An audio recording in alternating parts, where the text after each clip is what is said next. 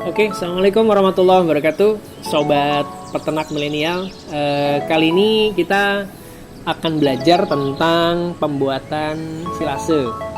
Nah, kemarin tadi kan kita sudah membuat pakan konsentrat, di mana pakan konsentrat itu udah kita hitung kalau secara kalkulator berapa proteinnya, berapa stok kasarnya, berapa lemak kasarnya, berapa energinya, lalu bahan bakunya apa aja, mixingnya berapa lama, di packingnya berapa kilo, lain-lain. Nah, dalam kurikulum saat ini kita sedang membuat silase. Apa sih silase? Sebenarnya silase itu adalah sebuah proses atau teknik pengawetan makanan dari hijauan yang kita ngarit nih menjadi sebuah pakan fermentasi atau disebutnya dengan silase. Kenapa sih harus diwajibin silase? Sebenarnya nggak wajib kalau sobat peternak semua mau ngarit setiap hari, karena kebutuhan hewan ternak itu ada yang hijauan, ada yang konsentrat. Nah, hijauannya ini kalau sobat peternak memang mau ngarit setiap hari itu nggak ada masalah. Tapi kalau sobat peternak semua mau bisa dibilang praktis, terus juga nggak pengen ngarit setiap hari, bukan berarti nggak ngarit ya, tapi nggak ngarit setiap hari, itu kita bisa lakukan dengan proses teknik silase. Pembuatan silase ini apa sih manfaatnya? Jadi kalau kita nanti pada saat musim hujan, pada saat musim kekeringan, atau misalkan kita lagi nggak sempat untuk ngarit, nah pakan ini bisa dimanfaatkan sepanjang waktu gitu. Nah, bagaimana sih tekniknya? Nah, biasanya dalam teknik silase itu adalah satu, kita atau pakan fermentasi, kita menyacah atau memotong-motong rumput yang kita ambil dari kebun sendiri maupun kebun dari yang kita arit. Ada rumput gajah, bisa ada odot, bisa daun-daunan, lain-lain kita cacah kecil-kecil. Lalu setelah cacah kecil-kecil ini kita kasih disebutnya dengan probiotik. Nah, probiotik ini bisa macam-macam. Jadi kita kasih probiotik ada macam-macam ya produknya, ada E4, ada Viterna, ada ACS, ada Biotogrow, ada macam-macam.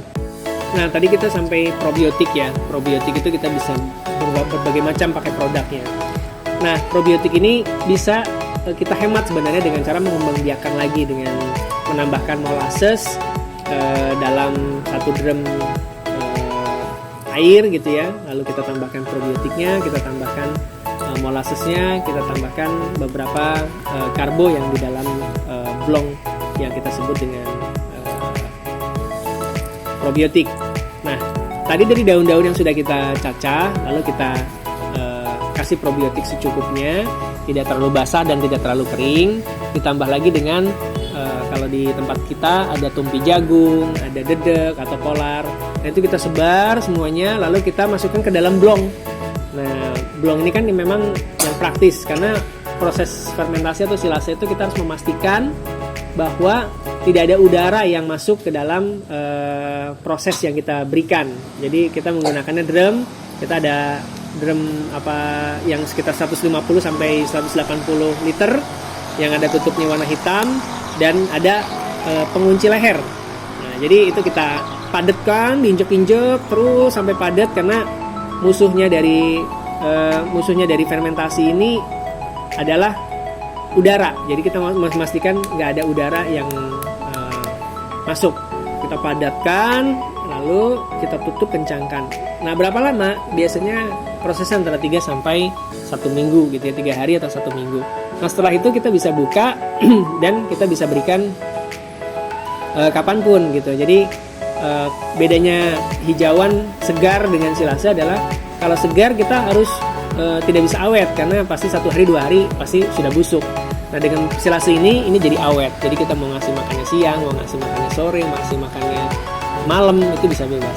Dan proses pembuatan fermentasi dan silase ini bisa meningkatkan protein dari hijauan yang kita kita buat.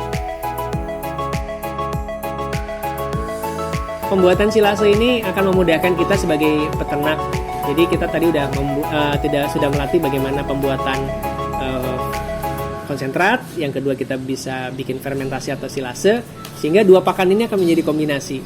Nah, tinggal berapa persentasenya itu sudah kita informasikan kepada peternak milenial, kalau untuk indukan seperti apa, kalau untuk penggemukan seperti apa, kalau untuk pembesaran seperti apa.